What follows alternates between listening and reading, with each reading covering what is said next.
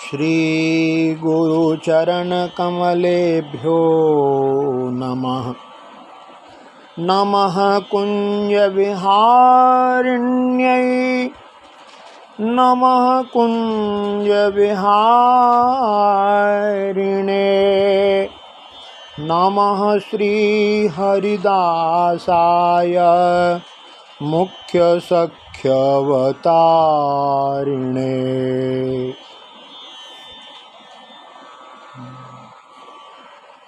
श्री स्वामी हरिदास जी महाराज के अष्टादश सिद्धांत के पदन के क्रम में 13वां पद।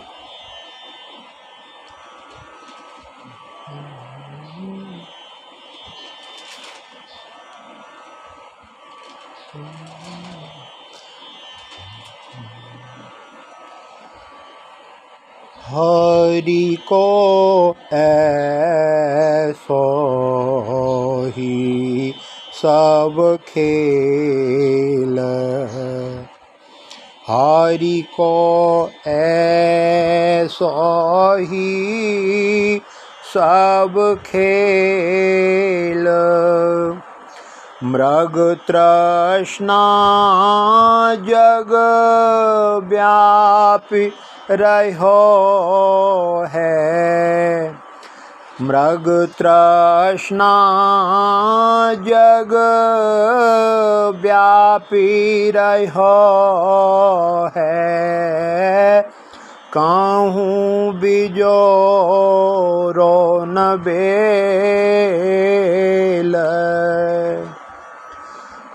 धन मद जौवन मद राज मद जो पंछीन में डेल। कहें श्री हरिदास यह जीय जानो, तीरथ को सो मेल।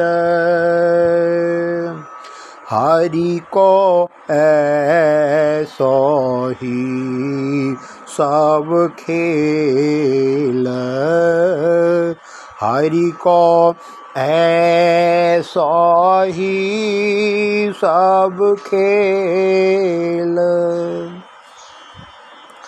श्री हरि को सभी खेल ऐसो है।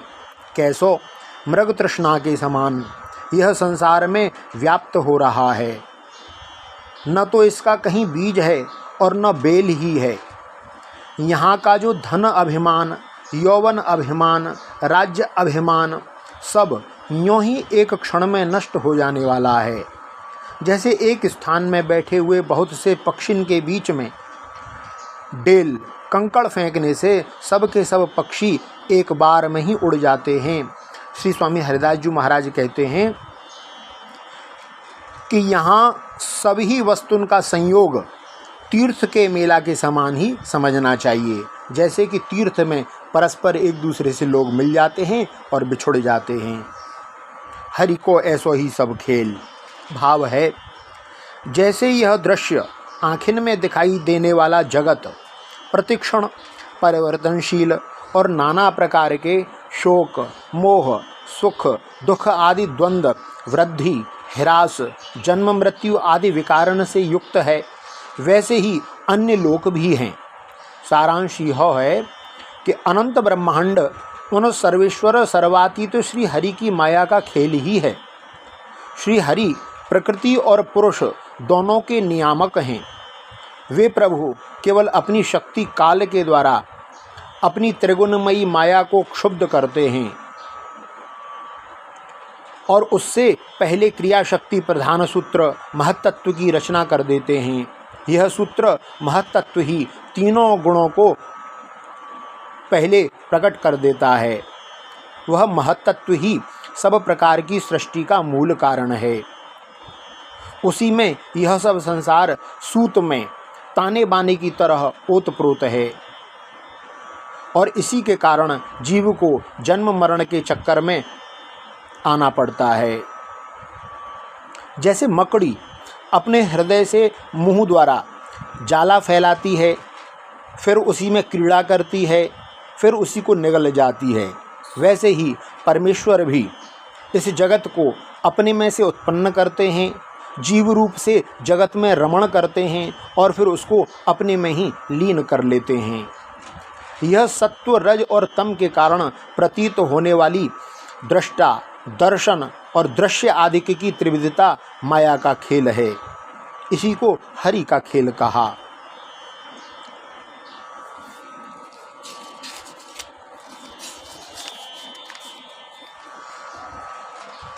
सब कालन को काल, लोक पालन को पाले, आपुन सदा स्वतंत्र, नियंता बुद्धि विशाल।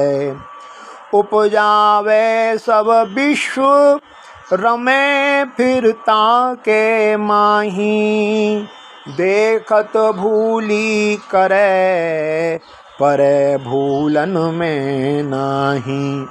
खट ऐश्वर्य समर्थ हरि, सो भगवत असरन सरन, तन मन जन की वेदना, हरहु मोद मंगल करन। समस्त कालों के कालों को भी और लोकपालों को भी वह पालता है। अपने वह सदा स्वतंत्र, नियंता, बुद्धि को भी नियंत्रित करने वाला, समस्त विश्व को उपजाता है, फिर उसी में रमण करता है, फिर उसी को समेट लेता है, देखता रहता है, परंतु भूलों में नहीं पड़ता। ऐसे खट ऐश्वर्य से समर्थ हरि उनकी भगवत जन शरण ग्रहण करें, जिससे तन मन की जन की समस्त वेदनाओं का निवारण करके वे मोद और मंगल के करने वाले श्री हरि जीव का कल्याण करें। अगली पंक्ति, मृग तृष्णा जग व्याप रह्यो है, कहूँ बिजोरो न बेल। भाव है कि यह त्रिगुणात्मक जगत मन की कल्पना मात्र असत है। भ्रम के सिवाय इसका कोई बीज नहीं है और इसकी कोई बेल भी नहीं है। जैसे ग्रीष्म काल में मध्याह्न के समय में प्रचंड सूर्य की प्रखर किरणें बालू के मैदान में पड़ती हैं, वहाँ पर जल से भरे भरे सागर का भ्रम उत्पन्न कर देती हैं।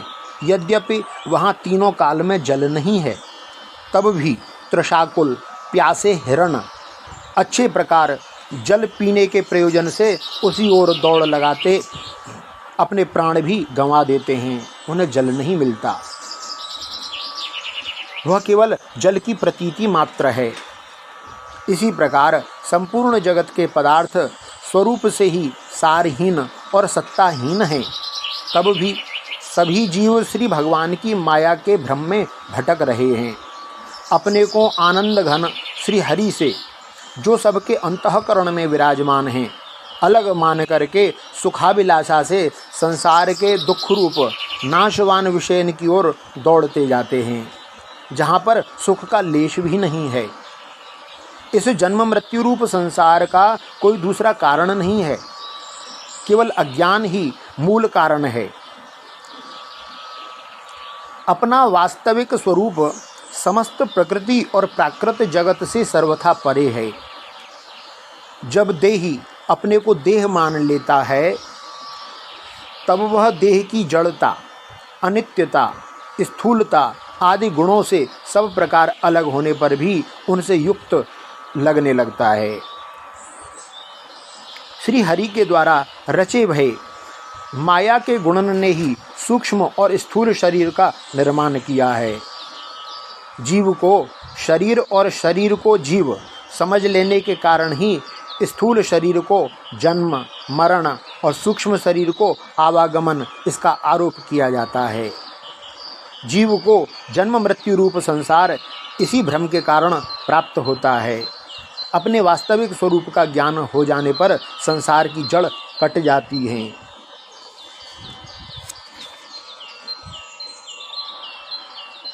तीसरी पंक्ति, धन मद यौवन मद राज मद ज्यों पंछिन में डेल। इंद्रिन के द्वारा बाहर दिखने वाले सभी पदार्थ क्षणिक हैं। संसार की जितनी भी विभूति हैं, जिनको पाकर के अज्ञ जीव मिथ्याभिमान में आबद्ध हो जाते हैं, गर्व से गर्वित हो रहे हैं, वे स्वजन, पुत्र, देह, स्त्री, धन, महल, पदवी आदि सब ही वस्तु स्वभाव से विनाशी हैं। काल के एक झटका में किसी का पता भी नहीं चलेगा। नाना प्रकार के ऐश्वर्य, संपत्ति, यौवन, शब्द, स्पर्श, रूप, रसादि विषय, राज्य, वैभव, सेना, खजाना सबके सब तो अनित्य ही हैं। इसलिए शोक, मोह, भय और सब दुख के ये कारण हैं। ये सभी पदार्थ मन के खेल खिलौना की भांति हैं, सर्वथा कल्पित और मिथ्या हैं, क्योंकि ये न होने पर भी दिखने में आते हैं। यही कारण है कि ये एक क्षण दिखने में फिर दूसरे क्षण लुप्त हो जाते हैं। गंधर्व नगर, स्वप्न, जादू और मनोरथन की वस्तुन के समान सर्वथा असत्य हैं। कहा है, सो सुख कहाँ सराहिए, कसे न अंत खटाय, तन धन जौवन पाहुनो, देखत ही जग जाय। धन धुआं को धोर हर, सपने पायो राज, श्री बिहारी दास ममता तजो, भुसकूटत बिनु नाज। जैसे प्राणी नाज को तो कूटता नहीं और केवल भुस को, जो उसका छिलका है, केवल उसको कूटता रहता है। यही संसार की स्थिति है। ये धन के मद, यौवन के मद, राज्य के मद ऐसे हैं जैसे पंछी जहाँ बैठे हों एकत्र और उनमें कोई कंकड़ डाले, सारे पक्षी उड़ जाते हैं। ऐसी काल रूपी कंकड़ के पड़ने पर ये समस्त धन, ऐश्वर्य, यौवन आदि पलायन कर जाते हैं। चौथी पंक्ति, कहें श्री हरिदास, यह जिय जानो तीर्थ को सो मेल। भाव है कि जैसे तीर्थ के मेला में जगह जगह से असंख्य यात्री आते हैं, परस्पर मिलते जुलते हैं और स्नान, दान, दर्शन आदि करके अपने अपने स्थानों को चले जाते हैं। इसी प्रकार संसार में जीव भिन्न भिन्न कर्मानुसार प्रकट होते हैं। प्रारब्ध के अनुसार ही उनका आपस में संयोग वियोग होता रहता है। अंत में अपने अपने कर्म फलन का भोग करके वे चले जाते हैं। इस संसार की सभी वस्तु स्वजन संबंधी थोड़ी देर भर मात्र के हैं। श्रीमद् भागवत जी में कहा है, कुटुम्बेषु न सज्जेत न प्रमादेत कुटुम्ब्यपि, विपश्चिन्नश्वरं पश्येत् द्रष्टमपि दृष्टवत्। पुत्रदाराप्तबन्धूनां संगमः पान्थसंगमः, अनुदेहं वियन्येते स्वप्नो निन्द्रानुगो यथा। इत्थं परिमृशन्मुक्तो ग्रहेष्वतिथिवद्वसन्, न ग्रहैरनुबध्येत निर्ममो निरहंकृतः। कल्याण की इच्छा करने वाले पुरुष को बहुत सावधान रहना चाहिए। कहीं वो कुटुंब में आसक्त न हो जाए, रहे तो परंतु आसक्त न हो जाए। बड़ा कुटुंब होने पर भी भजन में प्रमाद न करे। बुद्धिमान पुरुष को यह समझना चाहिए कि इस लोक की सभी वस्तुओं के समान स्वर्ग आदि परलोक भी और उनके सुख ये सब नाशवान हैं। ये जो स्त्री, पुत्र, भाई, बंधु और बड़े लोगों का मिलना जुलना वह वैसे ही है जैसे किसी प्याऊ पर थोड़े पथिक इकट्ठे हो जाते हैं। सबको अलग अलग रास्ता जाना है। जैसे स्वप्न नींद टूटने तक ही रहता है, वैसे ही इन मिलने जुलने वाले इनका संबंध भी बस शरीर रहने तक ही रहता है। फिर तो कौन किसी का। इस भांति विचार करके बुद्धिमान पुरुष को चाहिए कि घर गृहस्थी में न फंसे, रहे तो परंतु उसमें अनासक्त भाव से रहे, मानो कोई अतिथि निवास कर रहा हो। जो शरीर आदि में अहंकार और घर आदि में ममता नहीं करते, उसको घर गृहस्थी के फंदा नहीं बांध सकते। संतों ने कहा है, आए संग न संग गए, मगु में भयो मिलाप, मोह पास जग बंधी रही हो, बिछुरे करत बिलाप, बिछुरे करत बिलाप, मान सुत पित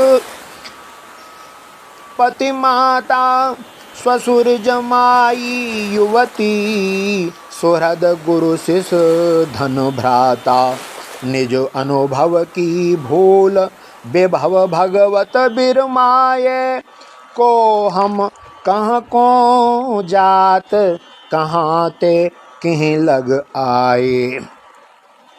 अरे प्यारे जनों, इन प्रश्नों का उत्तर खोजना चाहिए कि वास्तव में हम कौन हैं, कहाँ को जा रहे हैं, कहाँ से आए हैं, किस कार्य के लिए आए हैं। भगवान ने कृपा करके हमें यह मनुष्य जन्म दिया है। हम किसी के साथ नहीं आए और कोई वस्तु साथ जाने वाली भी नहीं है, केवल रास्ते में सबसे मिलाप हो गया है।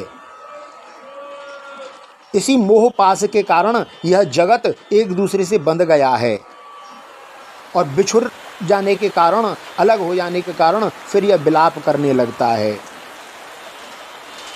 इसमें जितने भी संबंध हैं वे सब बस यहीं तक के हैं। उसी के बाद यह जीव परमात्मा का अविनाशी सहज ही अंश है और परमात्मा को ही प्राप्त करना इसका मूल ध्येय है। इसीलिए स्वामी जी महाराज कहते हैं कि भैया यह तो तीर्थ का के मेल के समान है। इसीलिए हे हरि, आपका खेल बड़ा ही विचित्र है। तो प्यारे जनों, श्री हरि को ही समर्पित अपना मन, बुद्धि, चित्त सब लगा करके श्री हरि में लग जाओ। श्री कुंज बिहारी श्री हरिदास।